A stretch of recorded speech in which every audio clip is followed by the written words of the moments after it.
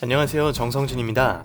오늘은 안톤 체홉의 대표적인 장막극 갈매기 2막의 내용을 가지고 돌아왔습니다. 작가와 작품의 훌륭함에 대해서는 이전 영상에서 많이 소개해드렸으니 오늘은 곧바로 작품에 대한 이야기를 시작해보겠습니다. 갈매기의 2막은 야외 공간에서 시작합니다. 태양이 반사되어 빛나는 호수 옆 화당 근처 그늘에 아르까지나와 도른, 마샤가 앉아있습니다. 도른의 무릎 위엔 조금 전까지 낭독하던 책이 펼쳐져 있고, 아르까지나는 도른에게 마샤와 자신 중 누가 더 젊어 보이냐는 질문을 하며 자신의 아름다운 외모와 활기찬 삶의 태도에 대해 뽐내고 있습니다. 이런 아르까지나 옆에는 자신이 아주 오래전에 태어난 것처럼 느껴지고 끝없이 인생을 질질 끌고 다니는 것 같다는 마샤가 무기력한 모습으로 앉아있고요. 이 장면에서 아르까지나가 보여주는 행동이나 말을 통해 우리는 그녀에 대해 꽤나 많은 것들을 파악할 수 있습니다. 자신보다 한참 어린 마샤와 자신을 비교하며 본인이 더 젊어 보인다는 말을 망설임 없이 뱉는 모습이나, 다른 여자들처럼 퍼지지 않으려고 관리하고 있다는 이야기를 하며 자신이 병아리 같다고 뽐내는 모습이나, 자신은 뜨리고린에게 충분한 사랑을 받고 있다는 것을 드러내고자 하는 모습을 보며 아르까지나가 어떤 특징을 가진 사람인지 그녀의 캐릭터 중 일부분을 파악할 수 있겠죠?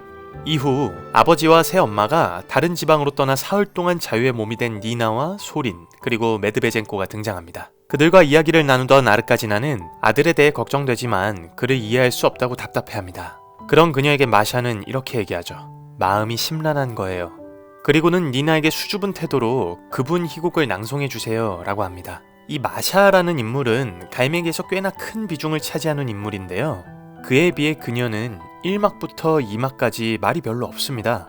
1막에서 2막까지 오는 동안 그녀가 길게 이야기하는 걸 볼 수 있는 부분은 1막 첫 시작뿐이죠. 그렇다면 이런 인물을 연기할 때는 어떻게 인물에 대한 파악을 해야 할까요? 우선 작가는 왜 이렇게 써놨을까? 라는 생각을 해봐야 합니다. 이 여자는 여러 사람들과 함께 있을 때 왜 이렇게 말이 없지? 어떤 의도로 인물을 이렇게 그려놨을까? 부터 시작하는 거죠. 작품의 처음부터 끝까지 글을 쓴 작가의 의도가 배어있지 않은 곳은 없을 테니까요. 여러 사람이 있는 곳에서 이야기하는 것을 즐기는 것 같지 않은 마샤가 아르까지나가 뜨레플레프에 대한 이야기를 꺼내자 그를 대변하는 것 같은 말을 하고는 그에 대한 자신의 생각을 이야기하는 부분을 보면서 우린 다음과 같은 생각을 할 수 있겠군요. 마샤는 뜨레플레프의 생각이나 글로 마음의 위로를 받는구나. 그와 자신 사이에는 서로 이해해줄 수 있을 것만 같은 무언가가 있다고 생각할 수 있겠다. 외롭고 의지할 곳이 없는 마샤에게 뜨레플레프는 유일한 즐거움이자 낙이구나. 늘 자기 슬픔에 빠져 사는 마샤는 역시 자기 슬픔에 빠져 사는 뜨레플레프에게 깊은 동질감을 느끼는구나. 이렇게 대사나 행동이 많이 쓰여있지 않은 인물이라도 처음부터 그 인물의 호흡과 작가의 의도에 집중해 따라가며 많은 질문을 던지다 보면 생각보다 많은 힌트를 얻을 수 있게 됩니다. 자, 그럼 2막 내용으로 돌아와서 이어지는 아르까지나와 소린과 도른의 대화를 보겠습니다.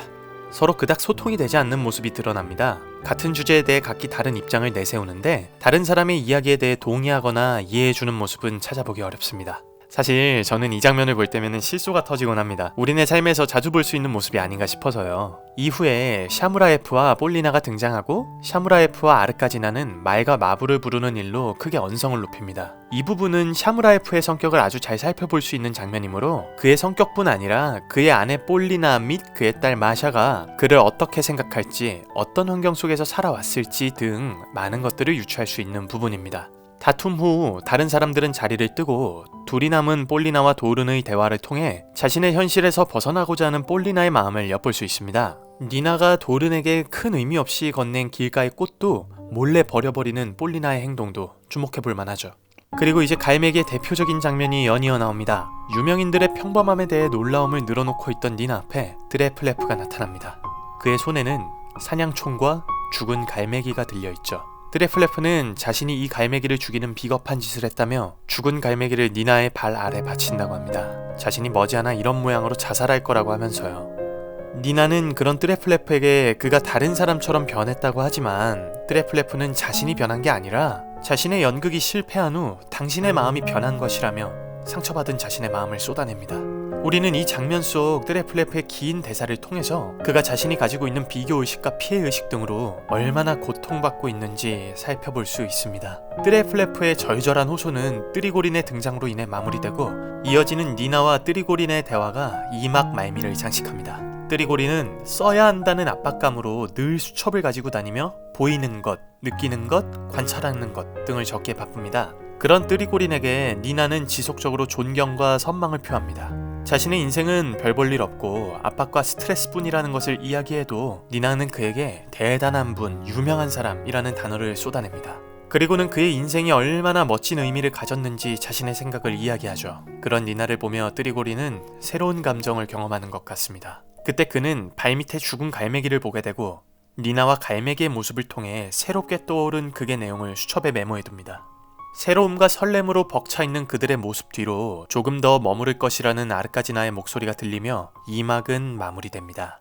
사실 길지 않은 장막이라 짧은 영상이 될 거라고 생각했는데 같이 이야기 나누고 싶은 게 정말 많네요. 저의 이야기를 잘 따라오시면서 여러분도 극을 잘 파악하고 인물을 상세히 들여다볼 수 있는 여러분의 방식을 찾아내셨으면 좋겠습니다. 오늘은 여기까지 하겠습니다. 긴 영상 시청해주셔서 감사합니다. 그럼 축하합니다. 합격입니다.